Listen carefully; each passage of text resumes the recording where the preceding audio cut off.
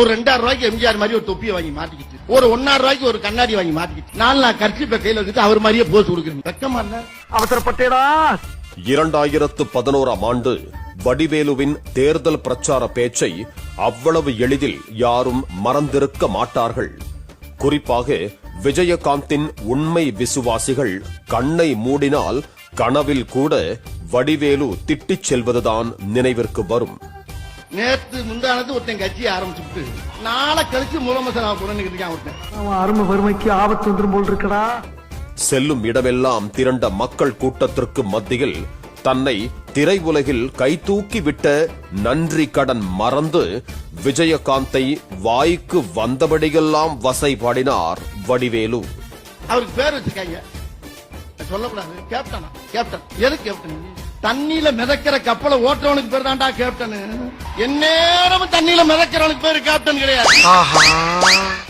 ஆனால் ஒரு இடத்தில் கூட தன்னை விமர்சித்த வடிவேலு குறித்து விஜயகாந்த் ஒரு வார்த்தை கூட எதிர்த்து பேசவில்லை.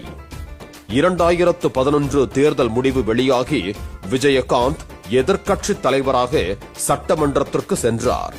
அப்போது நாள் ஒன்றுக்கு 5 லட்சம் ரூபாய் வாங்கிக் கொண்டு முன்னணி காமெடி நடிகராக வலம் வந்த வடிவேலுவோ படப்பிடிப்புக்கே செல்ல இயலாமல் வீட்டுக்குள் முடங்கும் நிலைக்கு தள்ளப்பட்டார். இந்த அவமானம் உனக்கு தேவையா? ஆண்டுக்கு 11 படங்களில் நடித்து வந்த வடிவேலு அடுத்த 16 வருடங்களில் நடித்த மொத்த படங்களே 11 தான் என்றால் அவரது மார்க்கெட் வீழ்ச்சிக்கும் வருமான இழப்பிற்கும் விஜயகாந்திற்கு எதிரான பிரச்சாரம் மூல காரணமாக அமைந்ததாக கூறப்பட்டது. என்ன நடந்தாலும் சரி, இந்த அரசியலோட ஆழத்தை பார்க்காம நான் விட மாட்டேன். அதன் பிறகு விஜயகாந்த் மரணத்திற்கு அஞ்சலி செலுத்த கூட செல்லவில்லை என்று வடிவேலுவை கருத்துக்களால் வெளுத்த நெட்டிசன்கள் தற்போது திமுகவுடன் தேமுதிக கூட்டணி அமைத்திருக்கும் நிலையில் வடிவேலுவின் மைண்ட் வாய்ஸ் என்று அவர் நடித்த காமெடி காட்சிகளை பதிவிட்டு வருகிறார்கள். கௌரவம் கௌரவம்னு என் கௌரவத்தையே ஆரம்பிச்சிட்டீங்களா?